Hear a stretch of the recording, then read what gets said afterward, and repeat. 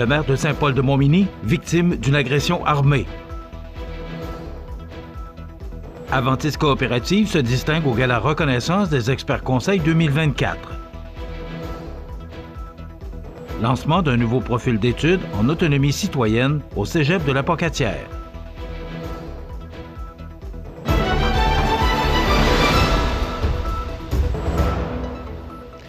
Bonjour mesdames et messieurs, bienvenue à votre bulletin d'information de ce mardi 24 septembre 2024 sur le réseau d'information CMA TV. Dans un communiqué de presse émis lundi en fin de journée, la MRC de Montmagny a vivement dénoncé l'agression armée survenue samedi dernier contre le maire de la municipalité de Saint-Paul-de-Montmagny, M. Alain Talbot. La MRC ajoute que ce geste de violence commis par un citoyen de la municipalité est inacceptable et rappelle l'urgence d'agir pour protéger ses élus. M. Talbot aurait été agressé samedi matin vers 8h30, selon ce qu'a rapporté le Journal de Québec, par un citoyen qui a fracassé le pare-brise du véhicule de M. Talbot à l'aide d'une brique pendant qu'il se trouvait à l'intérieur. La vidéo que vous voyez actuellement aurait été filmée par la victime alors que l'individu se rapprochait du véhicule de M. Talbot et que celui-ci recevait des éclats d'air dans sa voiture. Frédéric Jean, préfet de la MRC de Montmagny, a réagi rapidement pour assurer la sécurité de M. Talbot. Dès que j'ai été informé de la situation par M. Bernard Généreux, député à la Chambre des communes, j'ai immédiatement appelé M. Talbot pour voir comment il allait et le rassurer à savoir que la MRC lui apporterait tout le support possible. J'ai ensuite parlé avec Mathieu Rivette, notre député à l'Assemblée nationale, qui avait déjà été en contact avec la ministre des Affaires municipales et de l'Habitation, Mme André Laforêt. Par la suite, j'ai parlé avec M. Jacques Demers, président de la Fédération par la Fédération québécoise des municipalités, pour discuter de la situation et agir rapidement, conclut Frédéric Jean. Le manque d'intervention avant que des gestes violents ne se produisent met en lumière un problème systémique, une situation qui dure depuis 2017. Excusez-moi. Nous devons intervenir en amont pour éviter que la violence n'éclate, poursuit M. Jean.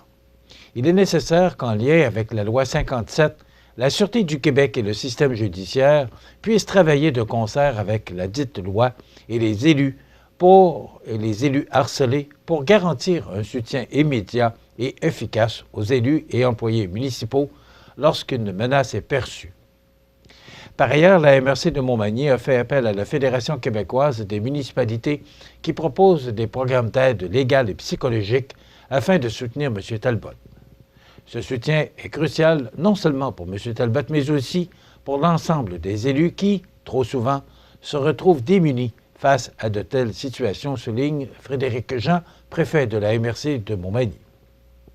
Afin de prévenir de futurs actes de violence envers les élus, la MRC de Montmagny fait appel à une prise de conscience collective et à une collaboration étroite entre les gouvernements et les municipalités dans le but de protéger les élus de ces gestes inacceptables envers eux.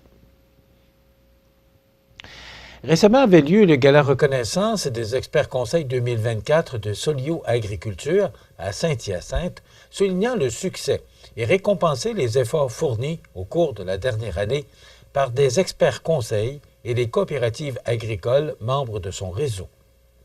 Parmi les différentes catégories, Aventis Coopérative s'est démarqué en remportant 5 prix, dont celui de coop numérique de l'année. Parmi les prix remportés, 4 l'ont été par des experts conseils de la coopérative, dont Caroline Leclerc, Anne-Sophie Racine, Jean-Nicolas Guérard et Guy Duval, qui se sont illustrés pour la qualité exceptionnelle de leur travail, leurs efforts et leurs bons coups. Le prix coop numérique de l'année 2024 vient souligner le succès de la force de vente agricole à utiliser les outils numériques à leur disposition via le portail AgConnexion, un outil de gestion agricole complet pour optimiser la rentabilité de la ferme, autant pour la production animale que pour la gestion des champs. Le savoir-faire et l'engagement de nos coéquipiers ont été mis en lumière avec ces récompenses provinciales. Notre personnel est proactif et à l'écoute des membres et clients, comme en témoignent les reconnaissances reçues dans le cadre de ce gala annuel, souligne Michel Delille, chef de la direction d'Aventis Coopérative. La division agricole d'Aventis Coopérative fabrique et commercialise tous les intrants nécessaires à l'élevage des animaux de ferme et à la culture des céréales. La coopérative opère 4 muneries et 5 centres de grains, 8 entrepôts de produits pour les végétaux et plants d'engrais, plus d'une trentaine de fermes porcines et avicoles, le tout appuyé par l'expertise de 280 coéquipiers engagés dans la réussite de leurs clients, dont environ 50 experts conseils chevronnés. Rappelons qu'Aventis Coopérative, c'est un chiffre d'affaires de 711 millions de dollars, plus de 15 700 membres, dont 3 000 producteurs agricoles, ainsi que sur le savoir-faire de 1 350 coéquipiers.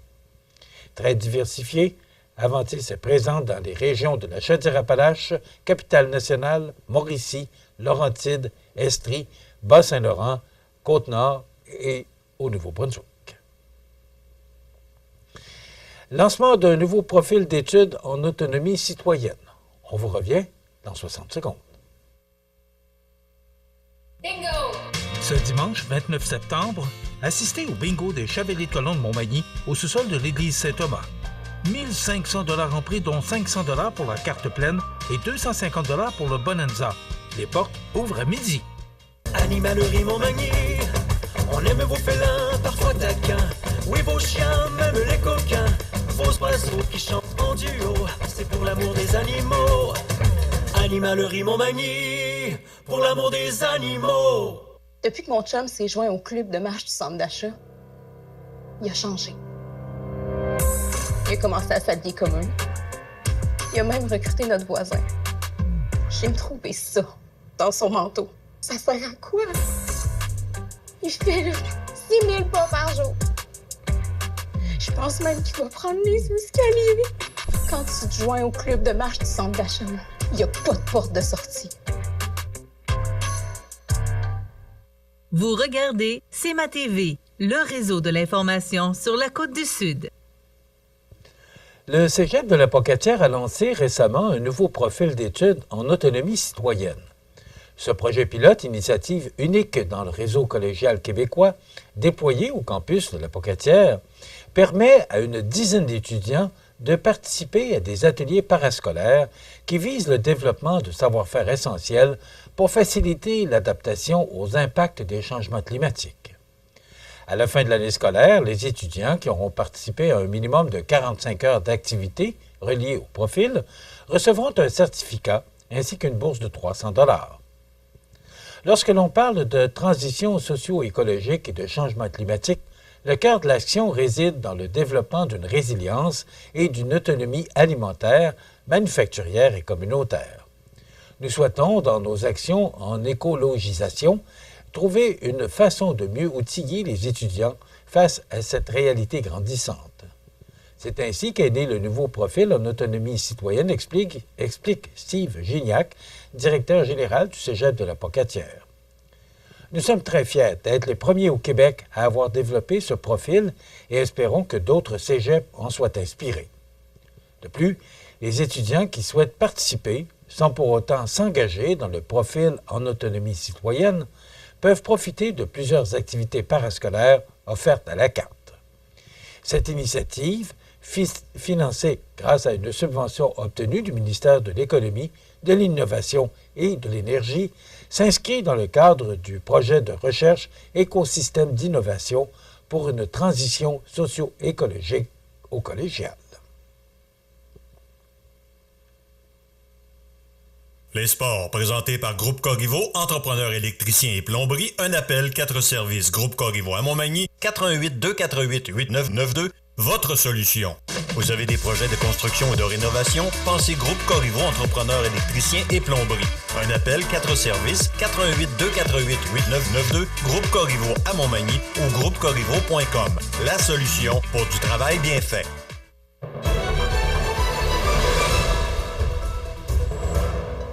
Au sport, il y avait beaucoup d'activités du côté du hockey de nos équipes locales cette fin de semaine. D'abord, l'Everest n'avait qu'une seule rencontre prévue au calendrier en fin de semaine. La troupe de Simon Labrec s'est inclinée par la marque de 8-7 contre les Panthères de Saint-Jérôme. Ces mêmes Panthères ont pris les devants à 2 reprises dans les 2 premières périodes grâce à des avances de 1-0 et 5-2, mais l'Everest a été en mesure de créer l'égalité à 2 reprises.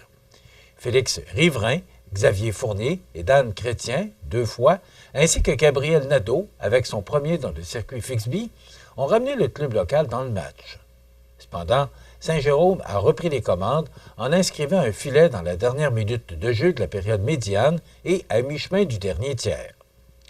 Dan Chrétien a ravivé l'espoir des 500 spectateurs présents à l'Aréna de Montmagny avec moins de 2 minutes à faire en rétrécissant l'écart à un seul but avec un tour du chapeau. Toutefois, dans la dernière minute de jeu, Joshua Cohen des Panthères a scellé l'issue du match dans un filet désert. Félix Riverain a complété la marque avec 10 secondes à écouler au cadran. Avec l'absence de 3 joueurs importants dans notre alignement, j'ai aimé l'engagement physique et offensif, a reconnu Simon Labrec, instructeur-chef de l'Everest. On accorde beaucoup trop de buts depuis le début de la saison. Ça devient difficile de gagner des matchs comme ça. Je n'ai pas l'impression qu'on a aussi mal joué que les 8 buts qu'on a donnés. À la moindre petite erreur qu'on faisait, on en payait le prix. La présence de Dan Chrétien et sa nomination comme capitaine de l'équipe, en plus de Félix Riverain, qui produit à un excellent rythme, ne fait aucun doute sur l'esprit d'équipe qui s'est développé et la force de caractère des joueurs présentes dans la chambre depuis le début de la saison. C'est un joueur de 18 ans qui surprend quelque peu depuis le début de la saison avec une récolte de 12 points en 5 matchs. Le prochain match de l'Everest aura lieu vendredi 27 septembre à 19h45 à l'Aréna de Montmagny contre le Collège français de Longueuil, alors qu'on pourrait assister à une reprise de la finale de la Coupe Napa disputée l'an dernier à Montmagny. Du côté du Caron Industrie Junior 2A de Montmagny, l'équipe est passée une partie de la fin de semaine au Showcase Junior 2A au Centre Castel de Sainte-Marie. Vendredi soir, l'équipe manimontoise signait une victoire de 3-0 face à l'Expert de Lévis, alors que samedi, 2 matchs étaient à l'affiche. Match nul de 1-1 face au Beauceron de Sainte-Marie et défaite de 4-1 face à l'Assurancière de Beauce-Sud. Enfin, dimanche soir, l'équipe du Caron Industrie disputait le dernier match préparatoire et terminait sa séquence de matchs hors concours de belle façon par une victoire de 3-2 contre le Lévis Honda. L'équipe de Montmagny, Junior 2A, entreprendra sa première saison avec ses nouvelles couleurs le dimanche 29 septembre à 17h à l'Aréna de Montmagny face au Beauceron de Sainte-Marie. Enfin, du côté de la Ligue de hockey olympique de Montmagny, c'est dimanche que débutait sa 14e saison. Le groupe MG a remporté le premier match 8-4 contre Armoire-Mathurin. Les buteurs, Jean-François Dion avec 3 buts, Félix Saint-Pierre et Francis Nicole avec 2 buts chacun et François Lavoie avec 1 but ont contribué à la victoire du groupe MG. Pour Armoire-Mathurin, les compteurs sont Nathan Pelletier avec 2 buts, Charles Proux et Vincent Boulet avec chacun 1 but. Dans la deuxième rencontre de la journée, le restaurant La Rive a remporté son duel contre Auquipneu par la marque de 8-2.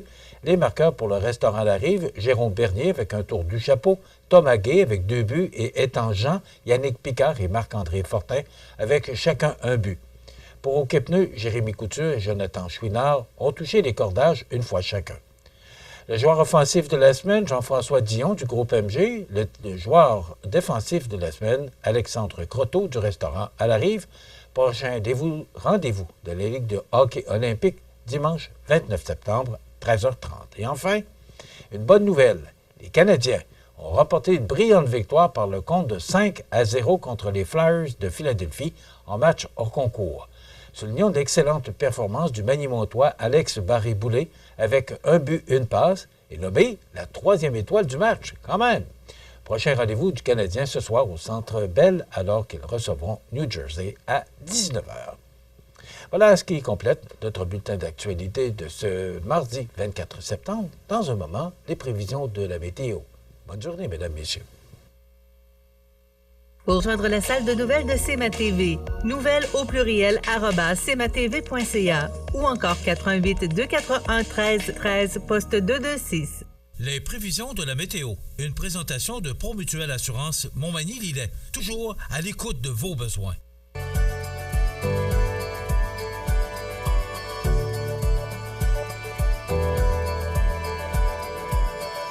Êtes-vous Promutuelle Assurance? 88 248 7940. La la la la la la la.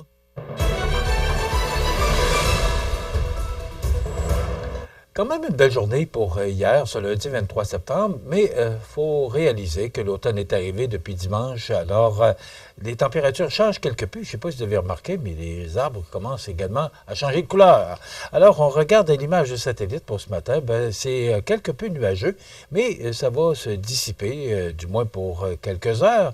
Et si on regarde l'image radar, ben, je vous dirais que rien de bien important, du moins pour les prochaines heures. Ça nous donne, en résumé, pour ce mardi du 24 septembre, un dégagement qui s'amorce au cours des prochaines heures. Vent du nord-est à 20 km/h ce matin, maximum de 17. Ce soir, la nuit prochaine, quelques nuages, ennuagement au cours de la nuit, vent du nord-est de 20 km/h qui deviendront légers au cours de la soirée, minimum de 9. Demain, mercredi, nuageux, 40 de probabilité d'averse tard en après-midi, vent devenant du sud-est à 20 km/h le matin, maximum de 16. Pour jeudi, c'est de la pluie. Je pense qu'on va apprécier ces précipitations pour jeudi. Ce sera frais avec un maximum de 15. C'est exactement le même scénario pour vendredi. Des averses, mais ce sera un petit peu plus doux avec 18 degrés. Pour la fin de semaine, pour l'instant, on annonce du soleil avec de fréquents passages nuageux. 17 pour samedi, exactement le même scénario pour dimanche, mais on gagne un petit degré avec 18. Les normales de saison, censées d'année, sont de 14 le jour, 4 la nuit. Le soleil s'est levé à 6h33 et se couchera à 18h34. Il fait actuellement 13 degrés à l'extérieur des studios de CMA-TV, les vents qui soufflent de direction nord-est à 8 km/h. L'humidité est à 83 % et la pression barométrique est à 102,4 kPa. Maintenant, pour le bateau, le navire qui fait la navette entre Montmagny et l'Île-aux-Grues, les départs de l'Île-aux-Grues sont prévus pour 9h, 11h et 20h15 et les départs de Montmagny sont prévus pour 9h45, 11h45 et 21h. Donc, encore une belle journée d'automne, parce que c'est maintenant l'automne. Et pour vers jeudi, mercredi, jeudi, vendredi, ben là, on aura des précipitations. Je pense que ce sera apprécié. Je vous rappelle qu'il y a interdiction actuellement d'arroser. Il faut utiliser l'eau à bon escient parce que ça fait plus de 2 semaines qu'on n'a pas reçu de précipitations. Maintenant, pour notre programme de cette émission du 24 septembre, on vous présentera en rediffusion l'entrevue avec Steve Gobeil, travailleur de milieu au Centre d'action bénévole Montmagny-Guillet, parce que c'est aujourd'hui, le 24 septembre, qu'a lieu le Salon de la deuxième jeunesse. Et on aura également Mme Nancy Labrec et Isabelle Normand de la MRC de Montmagny qui viendront nous parler de l'intelligence artificielle dans les organisations municipales. Donc, sujet très intéressant. Et bien sûr, il y aura la chronique La Pouponnière, les avis de décès et bien sûr l'actualité parce qu'il y a beaucoup de sujets à discuter. C'est le menu qu'on vous propose de ce mardi 24 septembre. Je vous souhaite donc une excellente émission à notre antenne.